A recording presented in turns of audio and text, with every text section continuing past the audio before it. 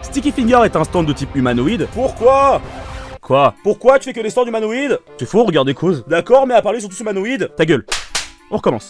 Sticky Finger est un stand de type humanoïde avec une corpulence moyenne et une taille relative à celle de son manieur. Apparu dans la partie 5, il est le premier stand qui s'opposera à celui de Giorno, Gold Experience, de manière physique, et dès son apparition on a pu être très surpris de voir un chara-design aussi perturbant.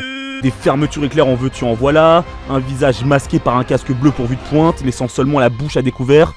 Faut dire soit vous aimez pas. Mais on ne peut pas nier qu'il y a une classe qui émane de lui, notamment avec son cri unique.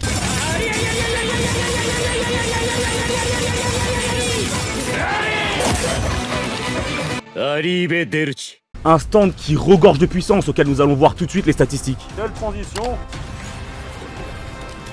Avec sa force supérieure à ses capacités, il ne vaut mieux pas s'attaquer lui au corps à corps, ce qui lui vaut son A en destruction. Une vitesse pouvant même surprendre celle de King Crimson, ne nous étonnant donc pas de son A en vitesse. Malgré cela, il n'en reste pas moins un stand à courte portée, avec une portée de E, et d'une robustesse en termes d'endurance physique et de ses capacités assez moyennes, nous donnant un D en durabilité. Néanmoins, il n'en reste pas moins un stand avec une précision plutôt bonne, même si elle n'excelle pas avec un C.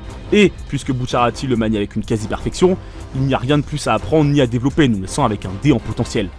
Des caractéristiques qui sont très bonnes et qui sont d'autant plus perfectionnées par la capacité unique qu'il possède. Sticky Finger peut, en frappant n'importe quel objet, insérer une fermeture éclair que lui seul peut ouvrir ou fermer. Il peut ainsi insérer des choses dans des objets pour par exemple les cacher ou créer des ouvertures dans les murs pour passer littéralement à travers. Si la chose frappée est une personne, alors la fermeture éclair l'empêchera de bouger correctement puisqu'il se sentira comme tombant, comme nous le dit Bucciarati. D'ailleurs, ça nous indique d'une certaine façon qu'un non-manieur de stand ne verrait pas son corps se détacher mais le sentirait. Enfin, sauf si le détachement est total, je suppose. Il est d'ailleurs à noter que si Bucciarati utilise sa faculté sur lui-même, il pourra augmenter sa portée en détachant son bras et en le maintenant avec la fermeture éclair, ou encore diviser les parties de son corps pour fuir un ennemi redoutable. Tout ce qui a été ouvert via une fermeture éclair se retrouve toujours lié avec son autre partie, et donc si l'effet de Sticky Finger s'estompe, les zips se refermeront d'eux-mêmes. Point intéressant étant que, visiblement, à part le cœur, n'importe quelle partie du corps de Bucciarati peut être séparée sans pour autant que cela ne les fasse mourir ni ne leur laisse quelconque liaison.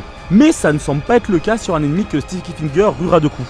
Ou alors c'est le manieur qui décide, je sais pas. Bien, comme nous l'avons vu, ce stand est, avec sa capacité, d'une polyvalence à faire pâlir nombre de ses opposants. Mais ce n'est pas le seul stand de cette partie, ni même de Jojo à être autant versatile. L'immense œuf d'Araki nous montre des stands avec la plupart une unique habilité, mais qui peut se dériver en un spectre tout aussi farfelu qu'imprévisible.